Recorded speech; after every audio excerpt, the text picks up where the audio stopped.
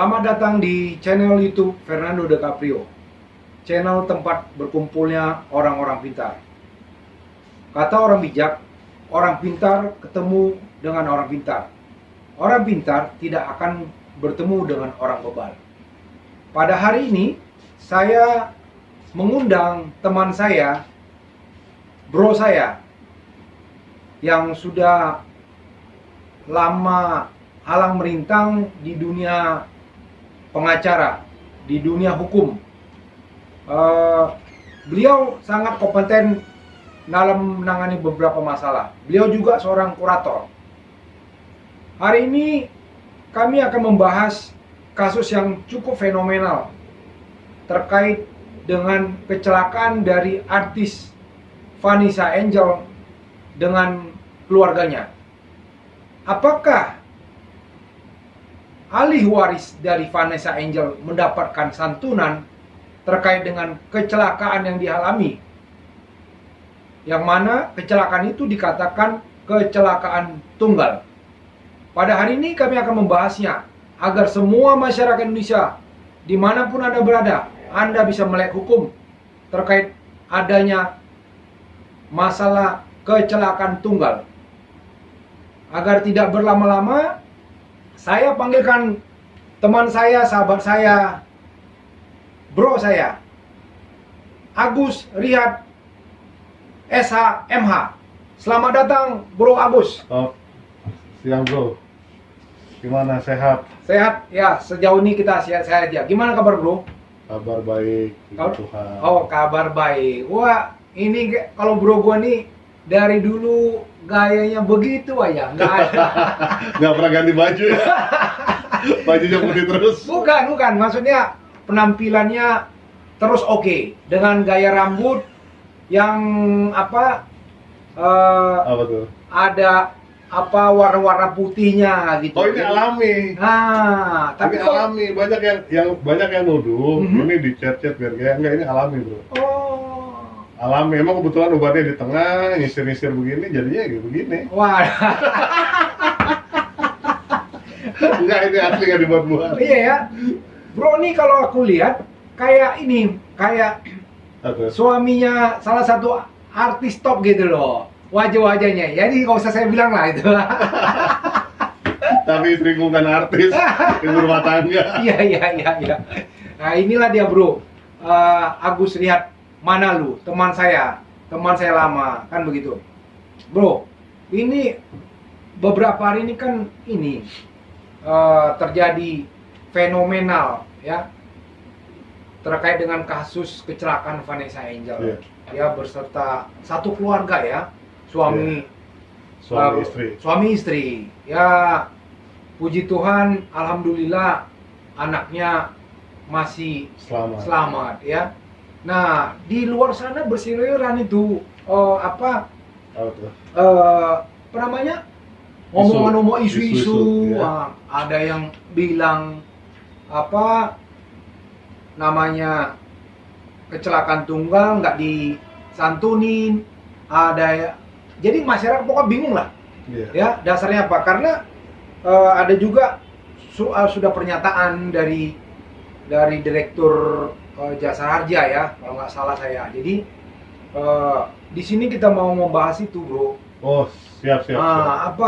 Apa jadi hak mereka kalau kecelakaan itu, kalau nggak kecelakaan tunggal ya kita sudah bayar asuransi, apa gunanya dong ya. Iya. Jadi bahkan kalau saya nggak salah nih bro, saya punya ini, sorry bro, saya kan bayar Ada di STNK itu. STNK ini saya bayar, ini ada namanya SWDKLLJ kan begitu.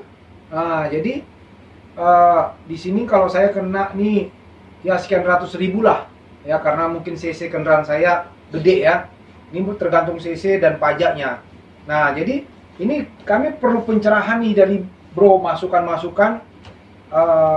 gimana sih kalau kecelakaan tunggal itu, apakah benar kalau kecelakaan tunggal itu murni tidak disantuni oleh pemerintah? Silakan bro. Iya, sebenarnya sebelum masuk ke situ ya kan kita lihat dulu beberapa faktor yang umumnya terjadi, kenapa bisa terjadi kecelakaan tunggal. paling banyak faktor memang paling umum itu biasanya kelalaian pengemudi driver, gitu kan. Kemudian faktor dari kendaraan, Oke. faktor cuaca, ada juga faktor jalan, Oke. kan begitu. Nah, kalau kita mau melihat merujuk kepada apa yang terjadi dengan Vanessa dan keluarganya, saya pernah melewati jalur tol Nganjuk waktu saya ke Bali. Oke. Lewat jalur itu di kilometer itu seingat saya itu jalur lurus dan hampir nggak ada apa rintangan yang berarti lah, maksudnya kayak misalnya Cipularang kan turunan, Iya. belokan Iya. segala macam. Ini lurus saja gitu ya? Ini lurus dan kontur jalannya hampir stabil. Oke. Cuma memang material jalannya terbuat dari aspal atau Beton. semen beton. Aha. Ya kan, ada yang bilang kalau dari aspal itu lebih mencengkram untuk ban, tapi saya nggak paham betul atau tidak, ketimbang dibanding dengan jalan yang terbuat dari beton. Ya kan. Saya lihat itu sih sepertinya sudah aspal ya, sudah aspal ya.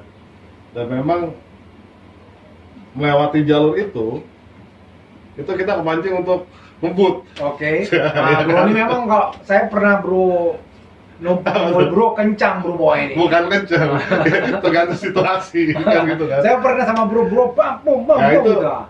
itu kadang-kadang memang terpancing untuk itu. Oke. Ya kan? Tapi kan apa yang ramai di media segala macam, menurut konon katanya kita juga nggak tahu bahwa ada satu atraksi dari siapa nama JD ya, Jody ya. Oh, supirnya ya? Tubagus Jody ya. Iya, kayaknya sih iya. Ada semacam apa namanya atraksi dengan dia memamerkan kecepatannya yang bahkan kalau nggak salah itu sampai 180 km per jam. Oke. Dan ini kan buat saya sih sangat miris ya, karena kan bawa keluarga, anak, istri gitu kan, ada anak kecil. Dan tentunya batas kecepatan itu sudah sangat melanggar ketentuan. Oke. Umumnya jalan tol itu 60 sampai 80 atau 60 sampai 100. Oke. Batas kecepatannya, dan itu jelas di dalam Undang-Undang Lalu Lintas Angkutan Jalan, Undang-Undang berapa ya, 2009 kalau nggak salah ya. Undang Lalu Lintas Angkutan Jalan itu jelas ketentuan batas kecepatan. Kemudian ada juga di peraturan pemerintah juga. Nah, itu ada itu batas kecepatan untuk di jalan bebas hambatan itu biasanya kalau di peraturan pemerintah itu kalau saya nggak salah itu 100 km. 100 km per jam. Benar di Undang-Undang 2009 itu ada. Ya kan, dan ada peraturan pemerintah yang sudah mengatur tentang itu. Oke. Nah, namun demikian ya kan tidak selalu batas kecepatan dan sebagainya menjadi faktor penyebab kecelakaan. Itu yang saya kembalikan tadi, ada faktor-faktor lain. Iya. Nah, tinggal kita melihat untuk kasus spesifik di kasus Vanessa ini apa sih penyebab utamanya? Iya. Kita kan tidak sedang dalam rangka ingin sok tahu atau mendahului proses penyidikan ya. Saya nggak tahu hasilnya seperti apa dari penyidikan. Iya. Tapi kalau memang disampaikan ahli waris tidak mendapat santunan, saya kira itu harusnya dapat lah. Harusnya dapat, dan itu memang ya tadi yang bro sampaikan itu di SNK kita kan udah bayar SWDKLLJ. Iya, LLJ. Kecelakaan itu kan sumbangan kecelakaan lalu lintas, sumbangan kecelakaan lalu lintas. Setiap pemilik kendaraan baik roda 2, roda 4 bermesin yang terdaftar itu pasti membayar itu. Oke. Nah, gunanya itu untuk apa? Gitu. Siapa yang mengelola ini? Yang mengelola ini yang ditunjuk dalam hal ini kan BUMN Jasara Harja. Yang kemudian nanti menentukan seberapa besar itu harus diberikan kepada siapa, ya kan, tergantung dengan kondisi bagaimana kecelakaan itu terjadi. Tapi kalau dikatakan karena ini kecelakaan tunggal mengakibatkan tidak mendapatkan santunan Jasara Harja, ya saya pikir salah, Pak. Sangat salah lah. Dan itu kan udah jelas aturannya, karena begini, contohnya misalnya beberapa kasus terkait dengan kecelakaan pengemudi yang mengemudikan kendaraannya, kemudian orang di luar kendaraan itu terjadi kecelakaan, misalnya tabrak orang dan sebagainya. Ya. Ini kecelakaan pengemudi. Ya. Itu korban selalu dapat. Oke. Gitu. Kemudian kita naik angkutan umum, ada kecelakaan, ya kan, entah faktor dari kelalaian pengemudi atau memang teknis di kendaraan yang kita pakai, itu kan dapat juga. Iya. Ya, kan? Kalau bicara kecelakaan tunggal, misalnya pesawat kan hampir nggak ada tabrakan, rata-rata kecelakaan tunggal. Itu juga dapat juga. Iya, iya. Gitu. Dan itu jelas kok di aturan OJK itu ada terkait dengan aturan itu. Nah, ini bro, yang saya apakan kan dibilang kecelakaan tunggal, ya kan harusnya kan dilihat juga dong faktornya. Artinya Iya. gini bro, bro pernah mungkin lewat jalan tol yang sangat sepi ya. Iya. Kadang-kadang kita sampai ngegas itu lupaan, saking keasikan ngegasnya itu kosong. Iya. Nah, maksud saya di sini kecelakaan tunggal itu kan nggak hanya dikarenakan faktor pengemudi kelainan pengemudi. Banyak faktor yang Nah, menyebabkan itu. Maksud saya, apakah nggak di ini juga bahwa di jalan tol itu ada nggak ini sistem peringatan ya, ketika misalnya mobil melewati kecepatan 100 dia tol. Iya, kadang-kadang kan Nah, sehingga kan ini pengemudi jadi ini kan mengurangi kecepatannya kan begitu. Nah itu maksud saya, bukankah itu harus faktor-faktor itu harus dilihat, ini murni kecelakaan pengemudi ataukah memang mungkin infrastrukturnya yang belum memadai, gimana tuh bro? Nah iya, itu kembali ke situ yang tadi saya sampaikan, itu kan banyak faktor ya kan, tidak melulu terkait dengan faktor dari pengemudinya. Gitu. Kalau misalnya jalan tol kita dengan ada peringatan batas kecepatan itu nggak ada. Yang saya tahu nggak ada ya. Saya nggak tahu, tapi saya nggak pernah merasa saya diperingatkan untuk melebihi batas kecepatan. Tapi kalau kita ke Bandung, arah tol Cipularang arah Bandung di kilometer 80 berapa itu memang ada. Ada, Anda ada diawasi oleh kamera pemantau. Batas kecepatan Anda berapa, Iya. jadi begitu kita lewat kita terpantau aja di berapa. Iya. Yang sebatas kita tahu kecepatan kita berapa. Ya kan, jadi ya buat saya alat itu nggak penting-penting amat karena di speedometer mobil kita ada. Iya. Kita ada kecepatan kita berapa betul. gitu kan. Betul. Gitu loh. Tapi untuk memperingatkan apakah kita sudah melampaui batas kecepatan atau apa kan nggak ada. Kadang-kadang ya memang beberapa case yang terjadi perdebatan sempat viral juga, ya kan, pengendara yang dikejar gitu kan oleh patroli kemudian berdebat terkait batas kecepatan. Iya. Pengendara ngotot gitu kan. Nah, PJR ini juga agak sulit untuk membuktikan, intinya ya harus hilang, persoalan terbukti atau tidak kan nanti. Nah ini kan kita yang repot. Gitu, itu sempat viral itu. Terjadi di tol Jawa juga. Jadi sempat viral itu, ada kejadian seperti itu. Jadi belum ada alat ukur batas maksimal kecepatan kendaraan kita. Karena apa? Ya sekarang begini, kita pakai kendaraan dengan cc yang besar gitu. Untuk dalam kota sih kita lalu lintas ini ya paling 40, 60, 80 kalau sepi gitu kan. Tapi kalau begitu masuk tol luar kota, bayangkan masuk tol Sumatera yang sedikit gitu kan, apalagi tol Nganjuk yang memang kosong melompong, apa nggak terpancing? Apalagi pengguna seperti bro, cc-nya 2.500 kendaraannya gitu kan, sama kita penggemar kendaraan cc besar gitu kan, ya pasti terpancing untuk itu, adrenalin kita. Itu umum. Hanya kan mekanisme kontrolnya ini yang belum ada, begitu.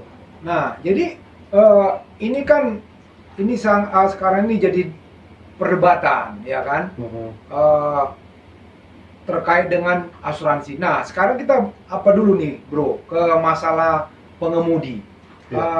Pengemudi ini apakah bisa dipidana atau gimana ya? Karena ya kita jauh-jauh aja. Saya pun kadang-kadang kalau mengendarai kendaraan itu waktu kecepatan tinggi tiba-tiba ada telepon masuk, kita juga terima kan begitu. Iya.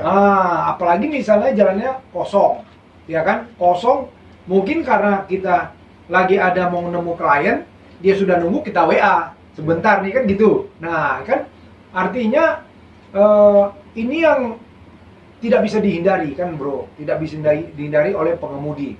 Nah terkait dengan tadi bro bilang bahwa pengemudinya itu kalau nggak salah namanya ya Jody ya. Itu bagus Jody. Jadi dia mengupload dengan kecepatan 180 ya. Iya, berita yang ramai Seperti itu itu ya. sempat update status di IG, tapi kemudian kan dihapus ya. Dihapus ya. Nah, jadi maksud saya, oke, kita nggak tahu benar apa tidak itu ya kecepatan dia. Nah, yang saya mau tanyakan, apakah beliau tuh bisa murni dipidana terkait dengan kecelakaan tunggal itu, bro? Iya, jadi sama hampir mirip dengan kasus yang menimpa Saiful Jamil ya. Oke. Ketika nanti hasil penyidikan menentukan faktor kecelakaan, penyebab kecelakaan utamanya ini apa? Apakah benar karena memang ini kelalaian pengemudi, kalau tujuannya untuk mempidanakan si pengemudinya, ya kan? Nanti hasil investigasi seperti apa, ya kan? Kalau itu memang jelas terbukti, ya tentunya bisa dipidana. Apalagi ini mengakibatkan sampai meninggal dunia, luka berat, luka ringan aja kan bisa dipidana. Itu jelas kok di aturan undang-undang kita, itu jelas. Jelas ya di pasal di 310 310 ya kalau nggak salah. Iya, Undang-Undang 22 tahun 2009. 310 ya. Jadi Iya. Bahkan kalau meninggal tuh kalau nggak salah sampai pidana 6 tahun. 6 tahun. Ya. Gitu. Ya, ini jelas memang aturan dalam Undang-Undang 22 tahun 2009 ini akibat kelalaian ya. Mengakibatkan mati. Dalam bilang begini, pasal begitu. Dalam hal kecelakaan sebagaimana dimaksud pada ayat 3 yang mengakibatkan orang lain meninggal dunia, dipidana dengan pidana penjara paling lama 6 tahun. 6 tahun kan. Begitu ya. Jadi yang pasti kalau memang ini udah jelas lalai, ini kan masih penyidikan. Nah, penyidikan sama seperti yang dialami Saiful Jamil ketika kadang-kadang kan orang miris, gimana dia udah bawa mobil, istrinya meninggal, kok dia masuk penjara. Waktu kejadian di kilometer berapa? 92 Pak? 9, kalau nggak salah 92 ya, Cipularang, Bandung, arah Jakarta. Karena memang itu banyak yang bilang tuh faktor kontur jalannya juga. Gitu. Kadang-kadang saya kalau lewat jalur itu kan turunan, harusnya kan kita enak turunan nikung kiri itu kan miring begini. Iya. Nah dia berlawanan miringnya gitu. Gimana sih begini? Ya, itu kan kita terasa juga kalau kita, ya walaupun bukan pembalap, ngerti Tekongan lah. cantik lah ya. Kalau sama cewek sih enak kan gitu. Itu berbalik dan bisa ngebuang tuh mobil. Iya. Kalau waktu bersama cewek enak begitu. Tapi kalau sama keluarga hati-hati bro, kan begitu kan? Nah, jadi tetap hati-hati bro. tetap hati-hati. Makanya jadi lucu-lucuan kalau berlibur bawa istri cadangan. Karena ada kasus Saiful Jamil. Oh gitu ya? Sempat rame itu kan. Iya, betul. Ada jok-jok beredar begitu kan. Iya. Kalau Yang saya ya. istri, ya kan, yang dibawa liburan tuh yang cadangan aja. Gitu ya? Supaya kalau ada apa-apa istri tetap aman di rumah. Oh iya. Sepakat tuh bro. Nah, Jangan jadi sepakat lah. Istri kita nonton ngamuk nanti. maksudnya sepakat kita hati-hati bro. Oh iya, sepakat hati-hati ya. Bukan sepakat kita bawa yang cadangan. Bisa ngamuk kan tuh. Nah, jadi oke itu Pak, pasti udah. Nah ini proses penyidikan ya.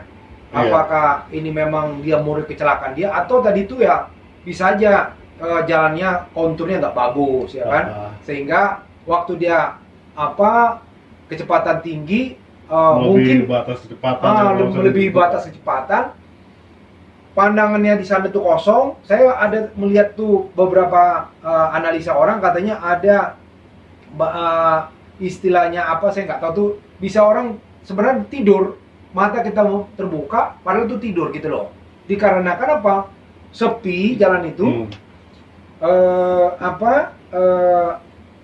Suasana kan di luar panas Iya. Ya kan kalau panas tuh kan membuat kita tuh ngantuk. Bawaannya ngantuk. Bawaan ngantuk kan gitu. Apalagi angin AC tuh.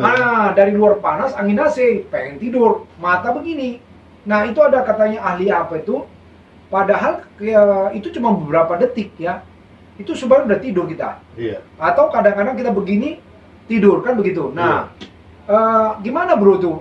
Maksudnya supaya ini juga didengar sama masyarakat juga ya. Nanti kita akan masuk kepada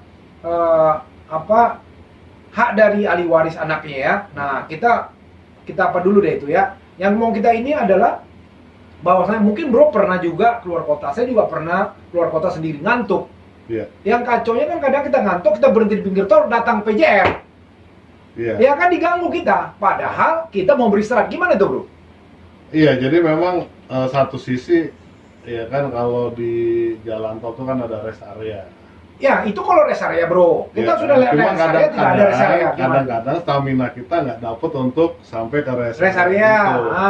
Atau kan? sudah lewat baru ngantuk. Atau aduh mau berhenti nggak taunya kelewat. Lewatan. Memang, ya kan, itu memang tetap apapun itu ya salah memang ya. Kalau kita berhenti di jalur bebas hambatan gitu kan, kecuali dalam keadaan darurat. Nah, Ya, itu apakah kan darurat kelelahan tuh, bro. ini maksudnya begini bro, apakah kelelahan ini masuk kategori darurat atau tidak? Ini yang sering terjadi perdebatan kita di jalan. Itu. Gitu loh, padahal posisi kita, kondisi kita kan sudah sangat lelah dan capek kan. Capek. Gitu loh, nggak mungkin kita juga nggak hafal setelah rest area berikutnya berapa kilo lagi. Betul. Gitu loh. Sementara stamina kita udah nggak nyampe menjangkau ke sana. Iya. Kan gitu kan. Walaupun memang kita sudah diingatkan manfaatkan dengan baik rest area untuk beristirahat, ya tetap kita manfaatkan. Cuma kadang-kadang kan situasi itu yang bikin kita kasihkan segala macam. Saya berani pastikan lah, mungkin 80% kita mengemudi di jalan tol apalagi kosong, itu di atas 100 lah. Di atas 120, 140 lah minimal. Orang rata-rata kalau di jalur ini ya, saya atau dengan beberapa teman saya lihat mau kondisi jalan apa kalau tol udah kosong itu rata-rata mainnya di 12 sampai 16.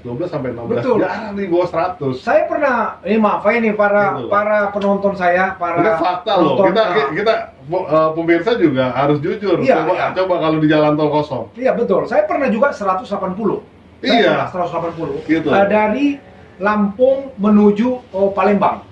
Saya pernah. Iya kan akhirnya terbawa dengan situasi itu kan. Iya, 180 saya buat gara-gara situasinya sepi. Pertama situasi sepi, keadaan sepi gitu. Yang kedua memang kadang-kadang kalau kita biasa bawa mobil tuh kalau terlalu depan kosong terlalu ini jadi ngantuk gitu. Iya betul. Kalau kita pelan kita main di speed tinggi, iya, konsentrasi kita juga terpancing untuk fokus gitu. Betul. Nah, ini yang saya kira sih sebetulnya nggak bisa dipukul rata juga. Batas kecepatan itu misalnya di 100 km per jam ya kan. Harusnya itu ada ketentuan misalnya mobil kelas tertentu atau ini bisa kecepatannya dari sekian sampai sekian, mobil ini sekian sampai sekian gitu kan.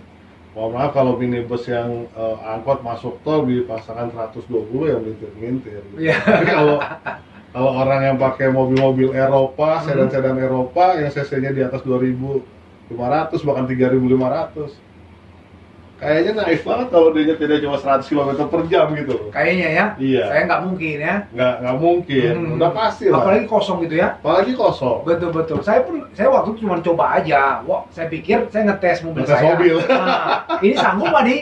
180 kan? Nah, kadang-kadang yang terjadi begitu, mumpung kosong dijadiin ajang. Iya, coba nih sanggup nggak nih? Saya pikir kan, saya gas terus 180, ternyata masih sanggup. Saya mau ngegas 200, saya lihat masih bisa. Saya bilang, saya sayang nyawa saya. Saya mundur, artinya akhirnya saya kecepatan waktu cuma 120 saja. Yang penting saya udah tes, mobil saya sanggup ternyata. Dan rata-rata emang kalau kita ngikutin flow lalu lintas di tol-tol yang luar kota ya, itu flow-nya memang di 120-140. Coba kita main di 100 aja itu udah pasti orang akan kasih dim atau apa gitu kan. Iya. Untuk kita minggir dia dari belakang nyorong terus ya. Padahal ketentuannya cuma 100. Iya. Kita udah 120 aja masih didorong-dorong dari belakang. Iya. Bro sering di gitu ya? Sama itu pengendara lain. Ya nggak juga. Aha. Sering gituin orang dulu. Iya, iya, iya, Ganggu iya. orang. Betul, betul, betul, betul. Nah, sepakat. Nah, itu ya. Jadi supaya maksudnya ya kita menghimbau juga kepada ini ya, penegak hukum khususnya PJR ya. Iya. Ketika ada orang memang menepi di pinggir jalan, orang kelelahan jangan pula ditilang ya. Begitu, Bro ya. Iya, sepanjang dia memang kelelahan ya kasih kesempatan istirahat, kalau perlu ya ditemenin gitu kan, Hmm. istirahat kan, supaya apa, meminimalisir potensi terjadinya kecelakaan kan, Mhm. karena bahu jalan yang kosong, apa orang sering ambil bahu jalan, ya harusnya janganlah. Ya kecuali mungkin ya PJR itu berhenti ngecek gitu kan, periksa ya kan, mungkin sedang melakukan kejahatan atau apa di pinggir jalan, bisa aja dilakukan pemeriksaan atau segala macam, tapi tidak untuk ditilang karena berhenti di pinggir jalan. Atau mungkin alternatif lain di ruas-ruas tol itu, di jarak-jarak yang mungkin jarak pendek, misalnya per 2 km gitu kan, ada sisi tepian ya kan, untuk menepi yang memang kapasitasnya nggak perlu banyak, misalnya 5-10 mobil menepi Oke. ya kan, tanpa ada pedagang atau apa, ya bisa aja gitu. Tol-tol itu dibuat per 2 kilo atau per 3 kilo, yang kira-kira secapek-capeknya orang tuh nyampe lah untuk ke tempat istirahat darurat gitu. Nah, Itu mungkin bisa jadi masukan. nah itu kan karena kan kita nggak bisa mengapakan mengesampingkan iklim Indonesia kan apa ya, kita iklim tropis itu panas ya. Iya. Jadi ketika misalnya kecepatan kita tinggi, lalu sendiri dari luar panas kena AC, itu ngantuk, ya kan? Jadi seperti kata Bro tadi itu harusnya dibuatlah kayak tempat Menepi ya. menepi yang kapasitasnya nggak perlu banyak. Nggak perlu banyak ya. 5 ya. kendaraan gitu kan. Ya, 5. Tapi ya dia banyak, misalnya per 3 kilo, per 2 kilo, atau maksimal per 5 kilo lah. Kalau tol itu kan 5 kilo kan nggak terasa kan. Iya. Kecuali kalau jalan biasa ya 5 kilo ya capek juga, Iya. nggak nyampe. Tapi kalau per 2 kilo atau per 5 kilo, saya kira ya itu mungkin bisa meminimalisir terjadinya kecelakaan, karena ada kesempatan bagi pengendara untuk istirahat Oke. gitu. Nah, oke ya. Jadi mudah-mudahan ini didengar sama ini ya, Direktorat Lalu Lintas ya, untuk bisa mungkin, dan Jasa Marga ya Bro ya. Jasa Marga, Pak Basuki lah, Mhm. coba dipertimbangkan untuk jalan tol itu dibuat regulasi bagi pengelola jalan tol untuk membuat perhentian dengan jarak-jarak tertentu sebagai perhentian darurat yang tadi saya sampaikan. Ini kan belum ada Iya. gitu. Hanya Kalau rest misalnya area bingung ya. caranya, panggil saya aja sebagai konsultan. Ide tuh mahal bro. Iya. Ya kan? Jangan-jangan Pak Menteri belum kepikiran Betul, ide-ide bisa begini. jadi. Ya kan kepikiran segmen ini rest area gede Iya. gitu loh. Iya. Padahal sebenarnya nggak perlu harus rest area kan? Nggak perlu, tempat menepi aja. Iya. Tempat menepi aja, tepian memang istirahat darurat gitu. Iya betul. Jadi nggak perlu rest area, Nggak karena perlu gitu. karena kalau rest area memang orang mau melepaskan lelah. Tapi kan Iya. bisa jadi dia kelewatan kayak kata Bro tadi. Iya. Atau belum nyampe ke rest area tuh kan? Belum nyampe. Nah, ini ide apa nih? Pak Iya. Menteri Direktur Jasa Marga nih boleh nih. Dihajar. Ngarep. Ini ide cemerlang ya. Jadi itu makanya saya undang Bro Agus Riyad ini. Memang dia punya ide-ide cemerlang. Nah, oke ya. Jadi itu terkait dengan infrastruktur ya. Jadi banyak faktor-faktor kecelakaan tunggal itu. Faktor ini kita iklim kita tropis yang Iya, panas. cuaca yang panas. Lalu kita nggak ada early warning system ya, peringatan dini Atas kecepatan. atas kecepatan belum ada. Cuman kayak tadi tuh di arah ke Bandung tuh ada di si kamera cuma gitu aja. Tapi cuma alat ukur kecepatan alat aja. ukur kecepatan. Nah, tapi kalau misal pun lewat dari situ nggak di track tuh Nggak nggak ada. begitu ya. Nggak Nah, ada. harusnya kan begitu. Ini nih measurement ya, alat ukur nih, tolong nih Jasa Marga.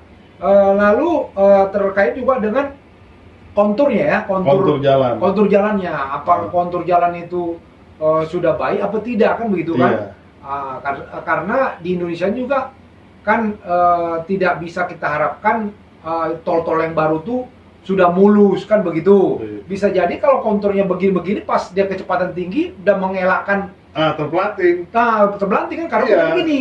Tol yang lama juga begitu, karena apa? Pengerjaan jalan tol, misalnya tol layang Jakarta Cikampek. Aha.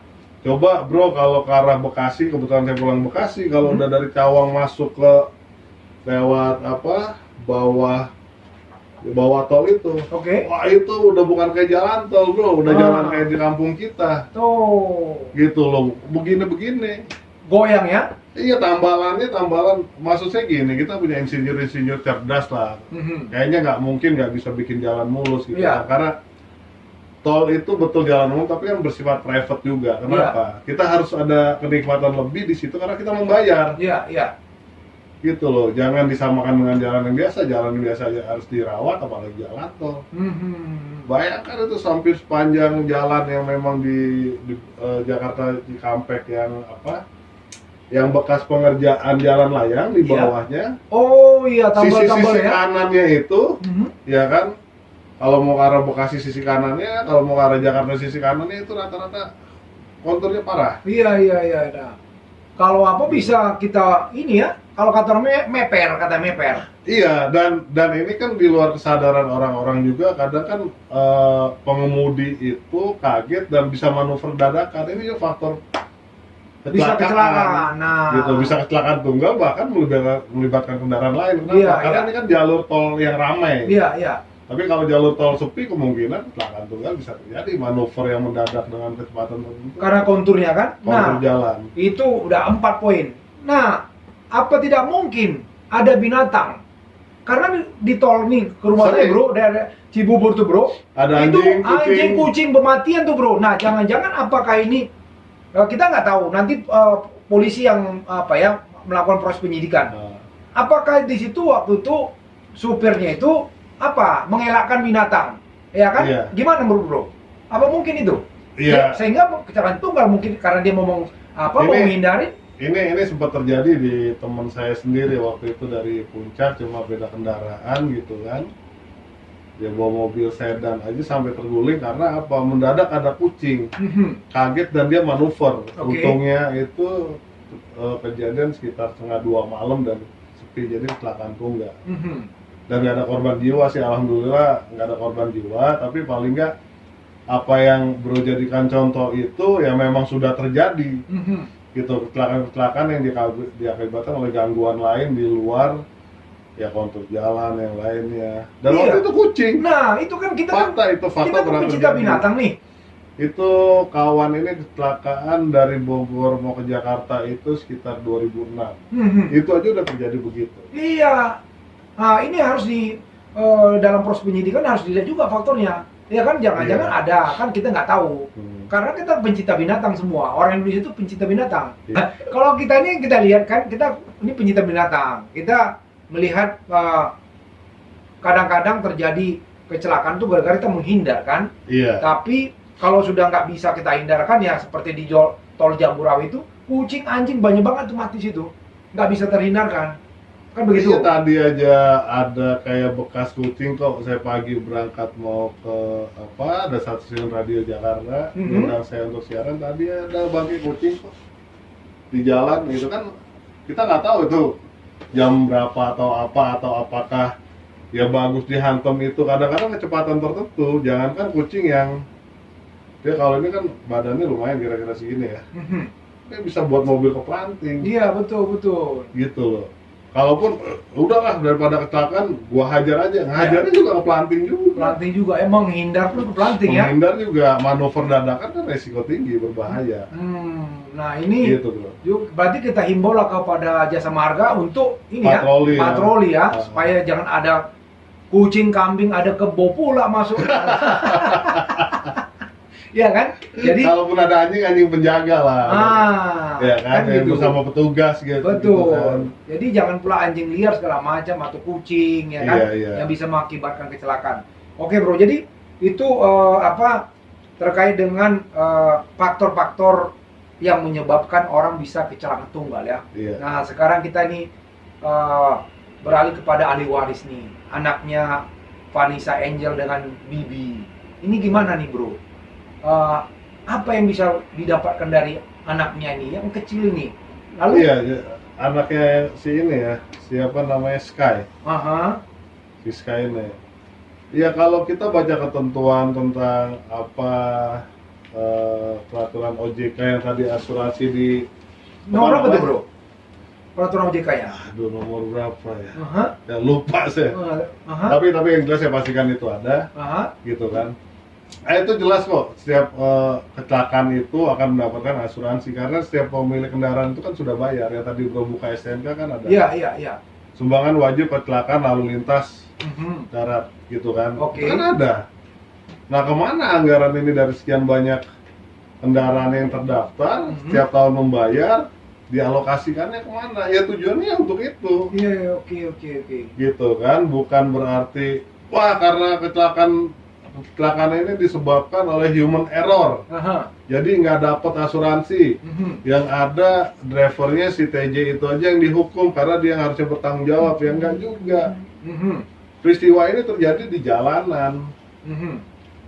ya kan, dengan kendaraan yang terdaftar. Mhm. Gitu. Ah, Kita asumsikan terdaftar, terdaftar ya. terdaftar dan membayar pajak. Iya, iya. Kalau itu kan kalau dia nggak terdaftar, nggak bayar pajak, oke lah kita kesampingkan kan gitu. Iya. Kalau ini kan terdaftar dan membayar pajak kan begitu. Iya. Ah, Ya kita anggap itu ya, kita anggap terdaftar dan membayar pajak. Iya, iya. Ya saya 90% yakin lah. Iya. Masa sekelas beliau nggak bayar pajak atau kendaraannya nggak terdaftar, apalagi Kendaraan pakai baru lagi, kendaraan gitu ya. baru Ah. ya kan, merek yang cukup lumayan, nggak mungkin Iya, kayaknya. iya. Nah tapi dengan situasi begitu, gitu kan, apakah terlepas ini karena human error atau faktor-faktor lain, yang jelas peristiwa ini udah terjadi Oke. dan memakan korban jiwa. Iya. Dan ini ada pertanggungjawaban dari penyelenggara jalan, Oke. gitu, nggak serta merta dibebankan kepada pengemudi yang walaupun nanti kita anggap ini sudah bersalah Mhm. karena akibat kelalaian dialah ini peristiwa ini terjadi. Iya. Tetap bro itu dapat, cuma hitung-hitungannya saya nggak ngerti berapanya bagaimananya, Mhm. gitu kan. Ahli waris dapat ya bro ya. Ahli waris dapat, saya pastikan harusnya dapat. Ada Dapat, kok ya. ketentuan-ketentuannya, nanti kita bisa buka, ya Mhm. kan. Itu ada aturan terkait dengan itu, dan para pemilik kendaraan juga kan sudah membayar asuransinya. Bahkan SIM aja kita kan ada Di sini itu ya, asuransi, iya. asuransi ya. Iya. Waktu kita perpanjang SIM ya. SIM kan ada dikasih kartu Iya, lagi tuh, iya, iya. kartu apa asuransi kan. Iya, iya, betul, betul, betul. Karena kita bayar itu gitu, bayar iuran jasa raja ya untuk asuransi. Hmm. Gitu, jangan nanti iurannya dipungutin disalurin yang enggak. Mhm. Gitu ya, itu mekanisme itu harusnya udah jalan, dan saya nggak tahu kalau misalnya dari pihak jasa raja mengatakan bahwa nggak dapat, ini alasannya apa, saya nggak ngerti pertimbangannya apa. Oke. Tapi saya kira itu nanti masih bisa diperdebatkan, dan Mhm. mungkin ahli waris tidak terima dengan itu, ya kan bisa melakukan upaya hukum. Iya. Karena begini, kalau itu sampai tidak dilakukan santunan terhadap ahli waris akibat ini kan, ya mungkin nilainya biasanya nggak seberapa. Kalau yang saya tahu, kalau kecelakaan meninggal tuh 50 juta kira-kira, gitu kan. Kalau cacat tetap itu maksimal kalau nggak salah sekitar 20 atau 25 juta, misalnya pengobatan rawat jalan sekitar 1 sampai 2 juta, kan ada ketentuannya, tapi Yeah. saya nggak hafal itu. Tapi kalau sampai ini dibiarkan kemudian itu tidak dibayar santunan itu, gitu kan, ini kan akan tendensi nanti kita prihatin dengan korban-korban berikutnya yang memang dalam keadaan nggak mampu, gitu kan, dan Oke. sangat membutuhkan. Ya mungkin kalau untuk di Vanessa dan Bibi ini, mungkin walaupun ini kan dia yang rame juga atau isyarat, nanti kalau kita meninggal kamu kemana, ya meninggal juga, terus anak kita kan ada asuransi kan, gitu kan. Mungkin sudah dipersiapkan itu dengan baik, tapi paling enggak ya kan buat yang lain gitu. Ya, yang benar-benar tidak mampu ya, Yang yang benar-benar mungkin nggak mampu segala mobilnya macam. nyewa bilang. Iya, bisa jadi sama dengan yang baru-baru ini tren, kalau nggak salah katanya ada artis yang dulu anaknya mengakibatkan korban meninggal di jalan tol, ya kan, hari ini dia bilang saya udah nggak mampu lagi biayain untuk anak-anak korban itu sekolah, ya kan. Artis itu Ada artis ngetop lah gitu kan.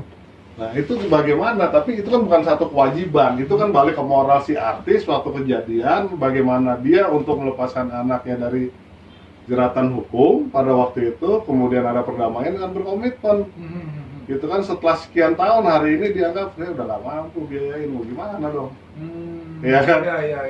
Ya kan, sementara anaknya hari ini sudah dewasa, udah memenuhi untuk mengemudi, tapi pada waktu peristiwa itu terjadi, gitu, kemudian terjadi proses damai dengan sebagainya, dengan komitmen akan membiayai dan menanggung anak-anak korban dari anaknya, sekarang udah mulai angkat tangan artisnya. Oke. Gitu. Artinya kita harus dalam hukum kan equality before the law ya. Iya. Equality before the law itu berarti kan sama semua di hadapan hukum. Betul. Artinya kalau ini disantuni, yang lain juga disantuni. Iya. Kalau misalnya yang ini mempunyai asuransi, gimana kalau misalnya orang yang susah, yang tidak punya asuransi, Iya. begitu bro ya? Iya. Artinya ketika kita membayarkan tadi iuran SWKD, LDK itulah, pokoknya sumbangan wajib kecelakaan lalu lintas. Nah, itu SWK, sumbangan wajib kecelakaan lalu lintas darat. Jadi harusnya kan itu sama dong semua ya. Jadi kemana anggaran itu ya? Begitu masuk bro ya? Iya. Jadi begitu kita masuk mobil, kita starting mobil, keluar ke jalan, ya kan, keluar rumah aja udah diasuransi sebetulnya. Kalau sampai mengakibatkan kematian, karena apa, kita bayar kok. Oke. Gitu. Cuma kan kadang-kadang kan kita nggak paham dan masih diperdebatkan terkait dengan ini. Makanya saya sampaikan tadi, Iya. saya nggak paham apa yang mendasari gitu kan, yang mendasari misalnya kalau yang Bro bilang tadi udah ada statement dari Jasa Raharja menyatakan anaknya nggak dapat santunan, Iya. apalagi karena ini kecelakaan tunggal gitu kan. Kecelakaan tunggal itu kan kecelakaan yang tidak melibatkan kendaraan lain dengan berbagai faktor yang sudah tadi kita bahas, ya kan. Tapi apapun itu, kecelakaan ini sudah terjadi. Kira-kira gitu. Iya, jadi kalau saya ada baca nih peraturan pemerintah nomor 17 tahun 1965 tentang ketentuan pelaksanaan pertanggungan wajib kecelakaan penumpang ya, dikaitkan dengan Undang-Undang nomor 34 tahun 1964 ya, terkait tahun 64. tahun 64 ya. Jadi harusnya memang kecelakaan tunggal itu pun bisa mendapatkan santunan ya bro ya. Tetap mendapatkan santunan. Cuman nilainya Kita nggak tahu. Saya Saya nggak tahu hitung-hitungannya bagaimana apa segala macam. Tapi itu dapat santunan. Oke, ya jadi ya kepada masyarakat Indonesia yang menonton channel kami ini, ya di sini Kak saya undang bro saya Agus Riyad ya, sudah menjelaskan tadi apa yang bisa didapatkan oleh ahli waris dari Bibi dan Vanessa Angel ya. Mudah-mudahan pertama kita turut berduka cita yang sedalam-dalamnya dan prihatin atas kecelakaan yang dialami oleh Vanessa Angel dan Bibi. Semoga keluarga yang tinggal diberi ketabahan oleh Tuhan, dan Bibi beserta Vanessa Angel diberi tempat yang baik di sisi Tuhan. Ya, jadi kami sudah menjelaskan, Bro Agus tadi sudah menjelaskan gimana mekanisme terkait dengan kecelakaan tunggal, bahwasanya kecelakaan tunggal itu pun sebenarnya harusnya mendapat santunan dari pemerintah. Itu yang saya baca juga berdasarkan peraturan pemerintah Republik Indonesia nomor 17 tahun 1965 dan dengan junto kepada Undang-Undang nomor 34 tahun 1964 ya. Jadi sebenarnya masih mendapat santunan, cuman berapa nilainya nanti kita nggak bisa menghitungnya ya. Jadi mudah-mudahan kedepannya dengan apa yang kami bicarakan hari ini ya, faktor-faktor yang dikatakan tadi oleh Bro Agus dan saya juga tadi ada membuat kenapa orang bisa ke calon tunggal kan ada tadi 5 ya bro ya? Iya. Ada 5 ya, jadi bro, gua belum tanya, bro tuh asalnya dari mana sih bro? Kalau suku asli Batak. Oke. Ya mama papa Batak, kelahiran di Bekasi. Oh, kelahiran Bekasi. Kelahiran di Bekasi. Oh, bukan dari kampung kita sana bro ya? BTL, oh bukan. Bukan. Congkoknya beda, congkoknya Iya. beda. Kalau BTL congkoknya beda. Iya iya, wajahnya pun agak-agak ini, agak-agak bukan Batak begitu bro. Makanya gua bilang tadi, ini kalau lihat orang dikira nih kayak suami artis-artis yang keren-keren itu. Dulu mantan itu. Dulu ada mantan artis. Mantan artis ya. Jadi Ya dulu lah itu. dulu ya bro ya. Iya. Oke bro, ada mau kasih masukan sama channel kita nih bro? Iya, yang saya lihat channelnya luar biasa. Mhm. Yang penting apa namanya, channel-channel YouTube itu sebetulnya baik ya, hari ini banyak berkembang, tapi saya kira untuk ketemu channel yang mendidik ini sangat susah dan jarang Oke. gitu, apalagi menambah wawasan dan pengetahuan itu Ya. sangat susah. Kalau kita buka channel-channel YouTube yang isinya pamer-pamer harta kekayaan atau pamer-pamer hal yang nggak penting, ya itu banyak. Ada yang goyang sana, goyang sini segala macam. Iya, pamer-pamer hal yang nggak penting harta kekayaan. Tapi paling nggak ya di Fernando DiCaprio ini, gitu kan, teman-teman ya kan coba ikuti, like, subscribe, komen ya kan, karena apa? Banyak pengetahuan-pengetahuan yang akan ditampilkan. Mhm. Gitu, kita dukung terus channel ini. Apalagi kalau yang mahasiswa sarjana hukum ya. Apalagi iya, sarjana hukum bingung mau jadi apa gitu kan. Jangan kita dianggap advokat ini profesi buangan, Mhm. gagal jadi jaksa, jadi hakim, Oh, jadi enggak. polisi. Enggak, ini Enggak. pilihan Bro, gitu. Kan banyak profesi orang advokat yang tuh ya? menuding Aha. advokat ini profesi buangan, ya kan, mungkin buat mereka kaum terbuang. Oh, saya Kalau kita kaum terpilih, karena apa? Advokat cita-cita saya kok. Bro, 4 ini ya catur uang saya, Ah. hakim, jaksa, polisi, advokat. Ya. Yang cuman officium nobile, Kita aja. cuman advokat doang, officium nobile. Karena apa? Tidak dibayar Ya. oleh negara. Kita Ya. sendiri yang apa ya? Makanya kantongnya di belakang. Iya, kantor di belakang. Jadi profesi kita memang sangat terhormat. Iya. Jadi kalau tadi bro bilang tuh ada yang apa tuh, waduh udah Ya salah. tuh. kadang-kadang makanya kita buka perspektif, kita harus sampaikan bahwa ini profesi pilihan Mhm. gitu kan. Kalaupun dianggap ada orang sebagian, lo jadi pengacara apa sih, modal ngoceh doang. Aha. Salah. Aha. Lo modalnya otak. Ngoceh doang gak laku. Iya. Kalau ngoceh doang gue jadi pelawak. Ya kan? Tapi pelawak juga pakai otak. Betul. Kenapa? Enggak semua orang bisa ngoceh. Aha. Ya kan? Jadi pelawak ngetop nggak Betul, bisa, nggak harus bisa. ada talent. Betul. Sama jadi advokat juga ada talent. Betul. Intinya otak gitu, Iya, pakai iya. otak. Ya, Gitu. makanya itu dia tadi bro kan di kita nih channel kita ini kan selalu saya apakan ini channel tempat berkumpulnya orang-orang pintar bro. Oh iya, Kan begitu. kalau mau tambah pinter ya pantengin terus nih channel.